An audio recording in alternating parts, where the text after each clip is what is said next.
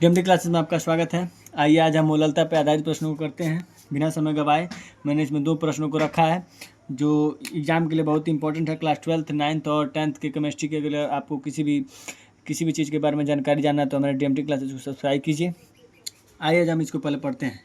एक लवण का अणुभार 30 है। लवण की 3 ग्राम मात्रा 250 ग्राम जल में विलीन की गई है। विलयन की मोललता ज्ञात कीजिए। मोललता, तो मोललता ज्ञात करना है तो मैं बता देना चाहता हूँ कि पहले मोललता का सूत्र क्या होगा। मोललता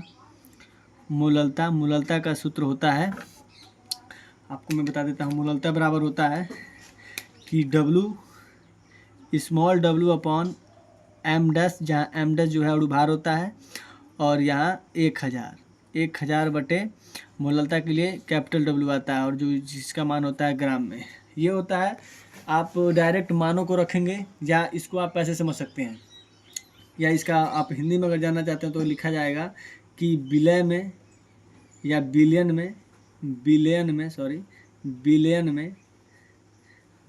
में मोलों की संख्या। थोड़ा स्केच मेरा थोड़ा ज़्यादा गाढ़ा चल रहा है, इसीलिए थोड़ा ऐसा हो सकता है कि आपको देखने में अच्छा लिखने में थोड़ा मेरी दिक्कत हो रहा हो। बिलियन में मोलों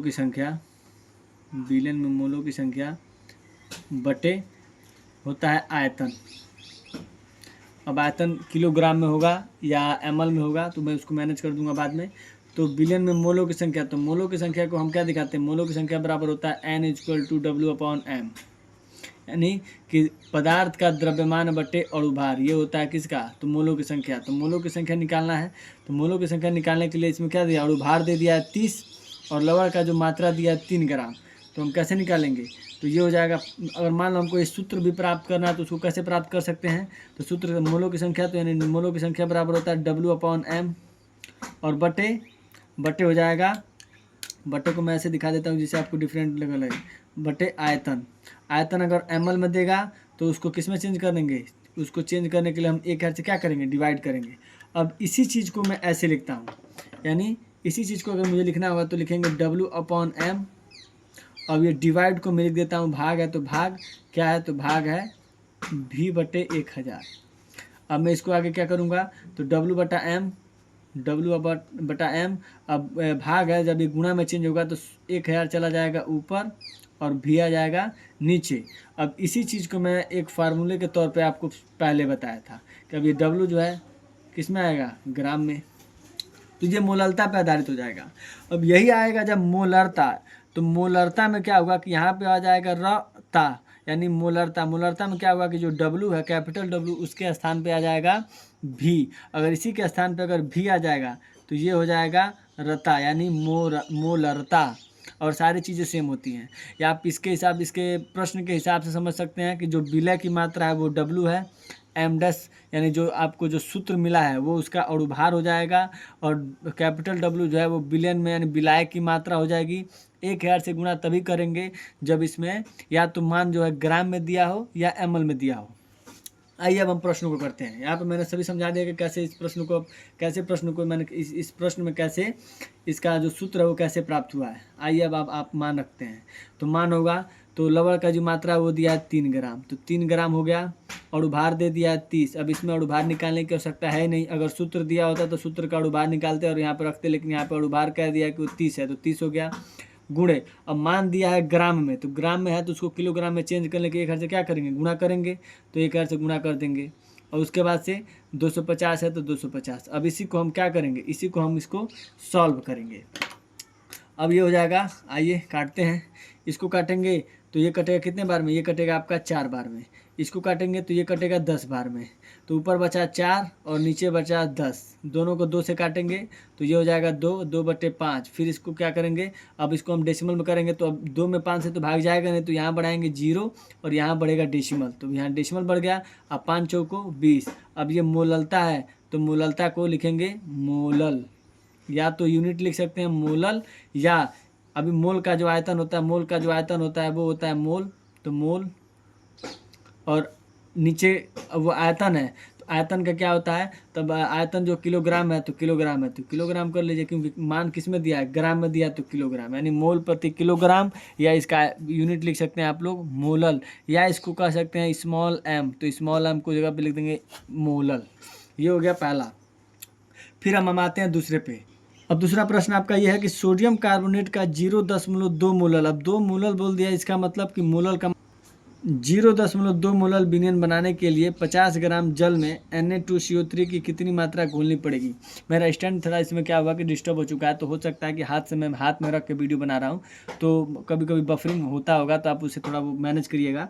मैं अभी स्टैंड खरीद लूँगा तो फिर आपको क्या होगा कि बफरिंग वाली जो सिस्टम वो हट जाएगी। अब हम आते हैं कि मेरे पास क्या क्या मान दे दिया है।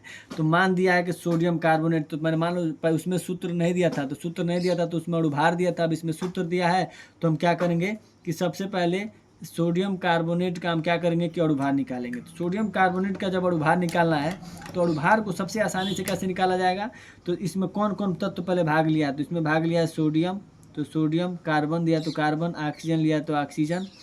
अब हम क्या करेंगे कि जो जो तत्व पहले भाग लें, सबसे पहले उनका नाम लिख लेंगे, और फिर जो जो तत्व भाग लें उनका क्या क्या अणुभार होता है, यानी उसका क्या क्या परमाणु भार होता है वो रखा जाएगा। सोडियम का होता है 23, कार्बन का होता है 12 और ऑक्सीजन का होता है 16, यानी कि इनका परमाणु क्रमांक 11, परमाणु भार 23, कार्बन का 6, 12, ऑक्सीजन का 8, 16। अब इनकी क्वांटिटी लिखेंगे कि इनकी संख्या कितनी कितनी है। तो सोडियम 2 है तो 2 से गुणा करेंगे, कार्बन 1 है तो 1 से गुणा करेंगे, ऑक्सीजन 3 है तो 3 से गुणा करेंगे। फिर इन तीनों को जोड़ा जाएगा, ये हो जाएगा, फिर गुणा करेंगे 23 दूना 46, 12 कम 12 और 16 3 48। अब इन सबको जब मैं जोड़ूंगा तो 8 2 10 10 6 16 का 6 80 1 4 4 8 1 9 1 10, यानी 106 यूनिट, यानी कि जो इसका जो अणुभार आया वो 106 आया है। उसमें हमने मेरा मान मिला था, लेकिन इसमें मान आपको निकालना पड़ा है। अब मैं मान का और क्या क्या मिला है, तो मोलर निकाला, यानी क्या स्मॉल एम का मान भी दिया है 0.2। उसके बाद दिया है जल में स्मॉल डब्लू का मान इसमें पूछा जा रहा है, क्योंकि पूछ रहा है कितनी मात्रा घोलनी पड़ेगी, तो जो विलय होगा वही घुलेगा, यानी कि स्मॉल डब्लू का मान पूछ रहा है।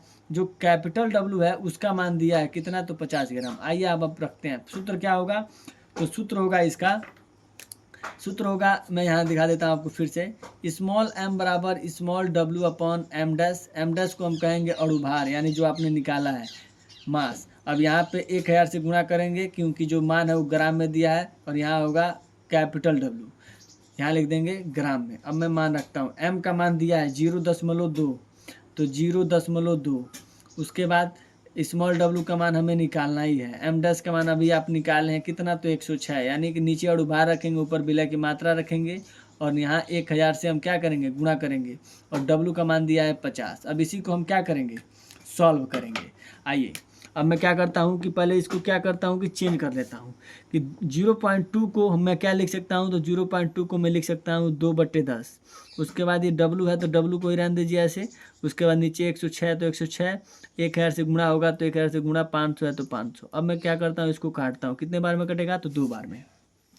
2 से 106 को भी मैं काट दूंगा, कितने बार में, तो 53 बार में। अब जो चीज़ जो जहाँ है वहाँ उसको, सॉरी यहाँ पे 50, यहाँ पे 500 नहीं 50 होगा, यानी 50 है तो 50 है तो 50 से 0 से 0, 5 से जब 100 को काटूंगा तो 20, यानी आएगा 20। अब जहाँ पे जो है उसको मैं वैसे के वैसे लिखता हूँ। यहाँ बचा है 2/10, यहाँ बचा है डब्लू और इसके साथ 20 है, और नीचे कितना है, तो 53 कैसे होगा, तो यहाँ से मैं 2 से इसको काटा हूँ, तो 2 से काटा हूँ तो यहाँ बचेगा 10, यहाँ बचेगा 10, और मैं 2 से इसको काटा हूँ तो 10, यहाँ बचेगा 53, यानी 53 बच गया। अब मैं क्या करता हूँ कि डब्लू को यहीं रखता हूँ, 53 का इसमें गुणा करता हूँ और 10 का इसमें गुणा करता हूँ। तो 53 से जब मैं इसका गुणा करूँगा तो 53 गुणे 2, और नीचे क्या होगा, नीचे होगा 10 गुणे 10, अब बराबर डब्लू। अब मैं इस चीज़ को यहाँ कर देता हूँ, क्योंकि यहाँ पर मेरे पास जगह है। अब 53 दूना होता है 106, और नीचे कितना है, तो 100। यह किसका मान है, तो यह है डब्लू का मान, यानी कि विलय की मात्रा क्या होगी ये बताया जाएगा। तो अब 106 में 100 से भाग देंगे, तो या तो यह डेसिमल का एक गुण होता है कि यानी 100 से भाग देंगे तो 2 अंक, 2 जीरो है तो 2 अंक के बाद क्या लग जाएगा, डेसिमल, तो ये हो जाएगा 1.06। हमको क्या निकालना है, विलय की मात्रा, तो विलय की मात्रा किस में आएगी, ग्राम में, तो यही आपका क्या हो जाएगा, आंसर हो जाएगा। अब ऐसे ही अगर मूललता पे आधारित, मूलरता पे आधारित या मूल प्रभाज पर या आप कह सकते हैं मूल अंश भी कहा जाता है इसको, या आप इस पे नॉर्मलता पे आधारित अगर प्रश्नों को जानना है तो हमारे डीएमटी क्लास को लाइक कीजिए और सब्सक्राइब कीजिए और दोस्तों में शेयर कीजिए कि जिससे मुझे भी थोड़ा मोटिवेशन मिले। धन्यवाद।